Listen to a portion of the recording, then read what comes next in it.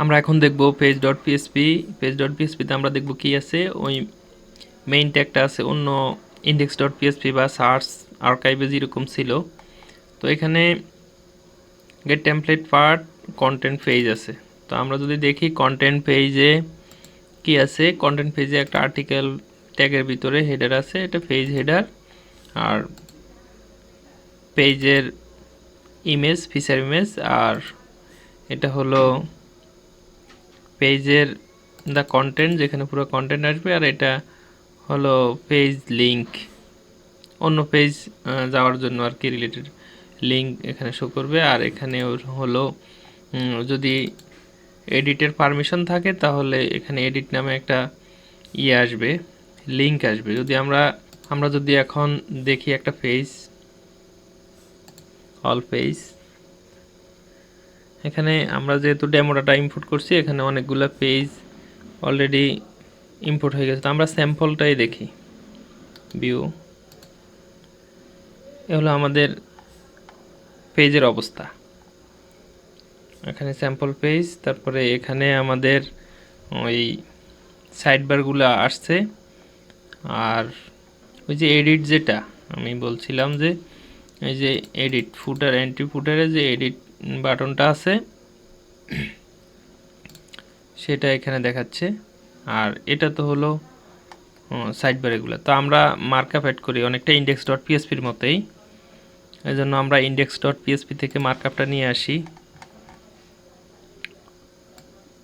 মেইনের উপরে container কলজি 9 rho page.php আমরা মেইনের উপরে দিয়ে দিলাম, আর আমরা এন্ডিং যে মার্কআপটা আছে সেটাও নিলাম। তো আমরা মেইনের পরে সেটা দিয়ে দিলাম। গেট সাইডবার, আপনি যদি পেজে সাইডবার দেখাইতে না চান তাহলে এখানে সাইডবার না দিলে হবে। অনেকে সাইডবার মানে পেজে পোস্টে সাইডবারটা দেয় না, আপনি এখানে অপশান দিয়ে রাখতে পারেন বা দিতে পারেন বা স্কিপ করতে পারেন, আমি দিলাম। তো এখন যদি আমরা দেখি তাহলে আশা করি হ্যাঁ, এই যে সুন্দর লেআউট চলে আসছে। আমরা যদি পেজের মধ্যে শ্যাডো ইউজ করতে চাই তাহলে আমাদেরকে কন্টেন্ট পেজের মধ্যে ওই যে আমরা কন্টেন্ট লিস্টে যে ইয়েগুলো দিছি MB5 P3 শ্যাডো, আমরা এখন ক্লাসগুলো এখানে পেস্ট করে দেব। হ্যাঁ, আমরা যদি সেভ করি এখন দেখি আমাদের কি অবস্থা, পেজের শ্যাডোটা এসে গেছে। তো এই হলো আমাদের পেজের অবস্থা। আমরা যদি অন্য পেজগুলোও দেখি, ফ্রন্ট পেজ বা ব্লগ পেজ, একটা টেক্সট আছে, একটা কমেন্ট আছে। এখন আপনি হ্যাঁ, পেজ শেষ। এখন আপনি যদি চান যে আপনি সাইডবারটা দেখাবেন না, একটা কাস্টম টেমপ্লেট বানাবেন বা আপনার কমেন্ট সেকশনটা আসবে না, তাহলে আপনি আলাদা কাস্টম টেমপ্লেট তৈরি করতে পারেন। সেজন্য আমরা ধরেন পেজটাকে যদি আমরা এখন পেজটাকে একটা ডুপ্লিকেট করে নিলাম, এখানে আমরা ফুল উইথ টেমপ্লেট নামে একটা টেমপ্লেট নিলাম।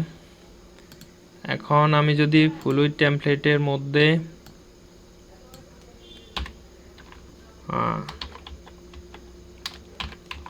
Template name full with template এটা দিয়ে দিই, তাহলে আমরা আগে আসলে দেখি যে এটা ছাড়া আমাদের কি অবস্থা আর এটা দিলে কি হয়। তো আমরা যদি এখন এডিট পেজে যাই, স্যাম্পল পেজের, তাহলে আমরা দেখব যে এখানে টেমপ্লেট নামে কিছু নাই, কিন্তু আমরা যখন এটা দিব এবং সেভ দিব তারপরে আমরা যদি রিলোড দিই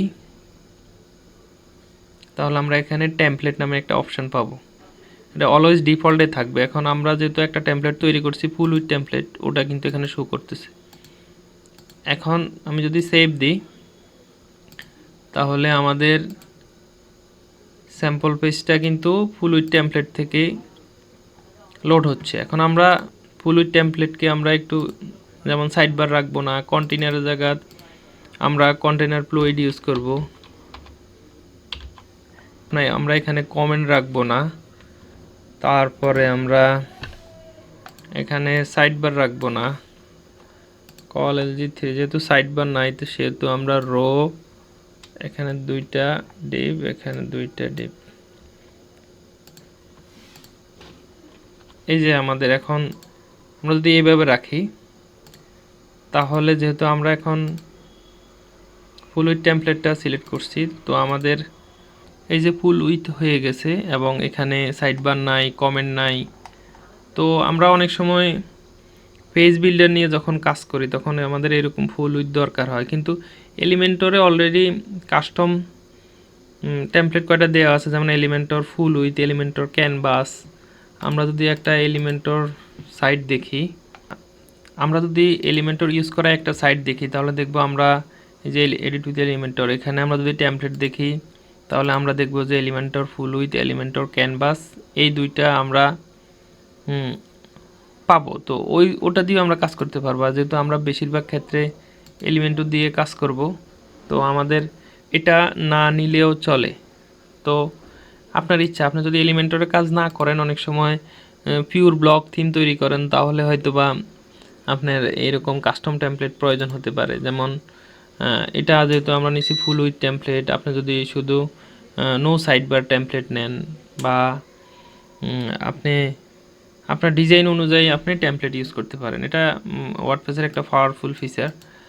তো সেটা করতে হলে আপনি এই নামটা যা ইচ্ছা তা দিতে পারবেন, কিন্তু এইখানে টেমপ্লেট নেম, আমি যদি একটু জুম করে দেখাই যে template name full with template, আপনি এই টেমপ্লেটের নেমের পরে এটা যা দেন, এটা যদি আপনি দেন নো সাইড বার টেমপ্লেট এবং সেভ করেন তাহলে এখানে কিন্তু নামটা চেঞ্জ হয়ে যাবে। এই যে নো সাইড বার টেমপ্লেট, এখানে কিন্তু বানানটা টেমপ্লেট নেম এটা ম্যান্ডেটরি, এই নাম আর এখানে অন্য কোনো কমেন্টস না থাকলেও চলবে, শুধু এটা দিলেই হবে, এইটুকু লাগবে, আর বাকিটা আপনার নাম যেটা শো করবে। তো আমি আশা করি আপনারা ইনশাল্লাহ পেজ তো বুঝছেন এবং পেজ টেমপ্লেটও ইনশাল্লাহ তৈরি করতে পারবেন। আমরা পেজের হেডারে একটু মার্জিন বটম দিই, আর ইচ্ছা করলে আমরা পেজ হেডারকে এখানেও আনতে পারি বা আমরা মাঝখানেও দেখাতে পারি। তো আমরা ডিফল্ট টেমপ্লেটটাই সিলেক্ট করি।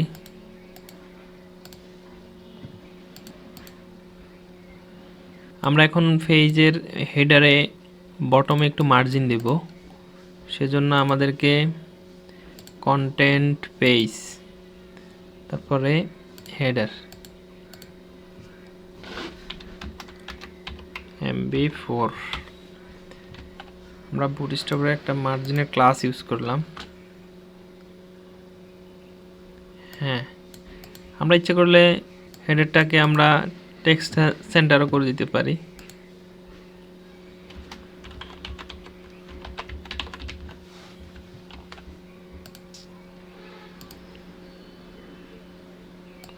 হ্যাঁ, আপনি আপনার ডিজাইন অনুযায়ী স্টাইল করবেন। আপনি ইচ্ছা করলে এটার বাইরে গিয়ে এখানেও পেজের হেডারটা দেখাতে পারেন।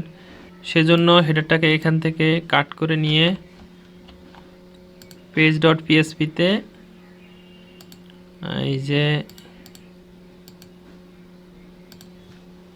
এখানে দিয়ে দিতে হবে, তাহলে সেহেতু এটা রোর বাইরে চলে যাবে এবং উপরে শো করবে। আপনি আপনার পছন্দ মতো স্টাইল করে নেবেন। তো আমি এখানে রাখবো না, আমি আগের জায়গায় রাখি। কন্টেন্ট পেজ,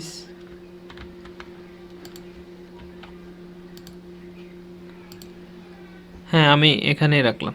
তাহলে আজকে এই পর্যন্ত। ইনশাল্লাহ আমরা সামনে আরও ফিচার অ্যাড করার চেষ্টা করব আমাদের থিমে, এবং আমাদের থিমটা পরিপূর্ণভাবে কমপ্লিট করব। আসসালামু আলাইকুম রহমতুল্লাহ।